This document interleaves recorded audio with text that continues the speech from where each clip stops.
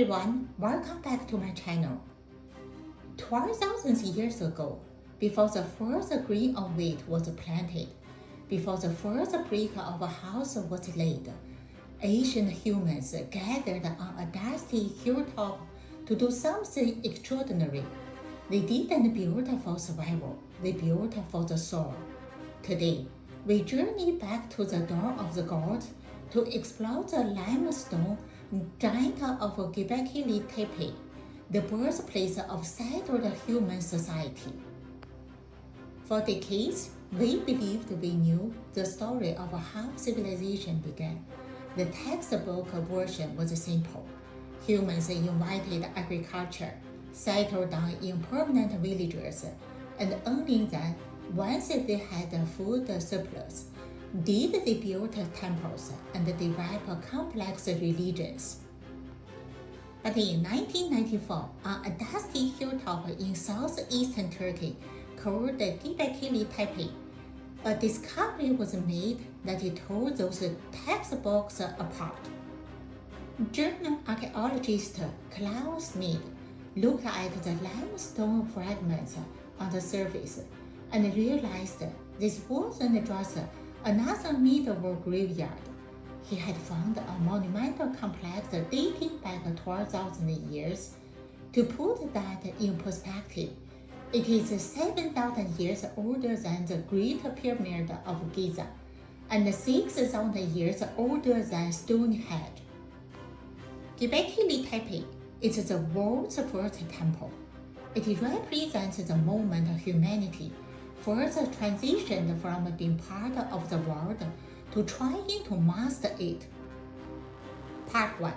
Historical context. A world before wheat.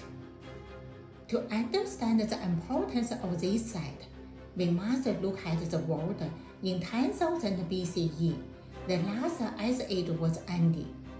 There were no cities, no writing, no mental tools, and crucially, no farming. The paradigm shift. The people who built Gobekli Tepe were hunter-gatherers.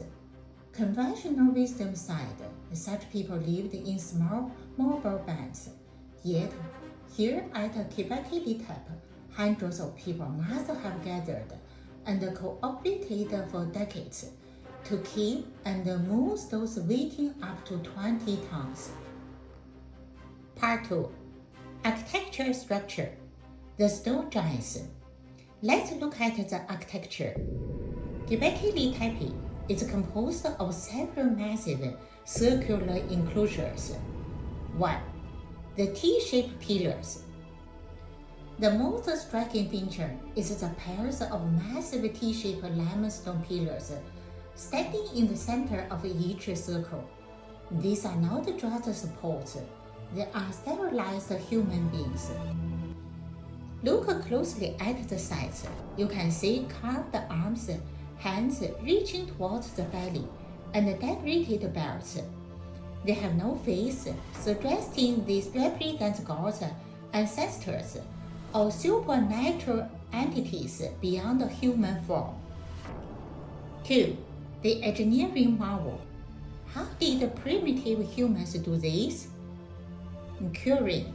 They used flaying tools to cut these pillars out of the nearby limestone bedrock. Transport.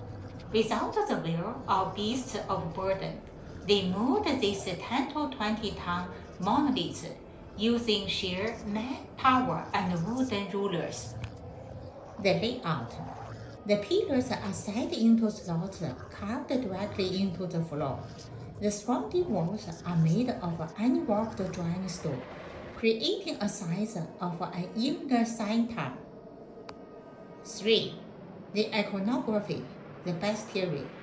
The pillars are carved in high relief carvings of sacred animals, scorpions, lions, snakes, vultures, and boats. Unlike later art which focused on domestic animals, Gobekli Tepe's art is wild and predatory. It reflects a world of danger, where humans were trying to negotiate their place among the spirits of the world. Part 3. The Mystery of the Buried Temple. Perhaps the most mysterious aspect of Gobekli Tepe is its death. After about 1,500 years of use, the site wasn't just abandoned, it was deliberately buried. Around 8000 BCE, the people filled the enclosures with hundreds of cubic meters of refuse, stone, and earth. Why?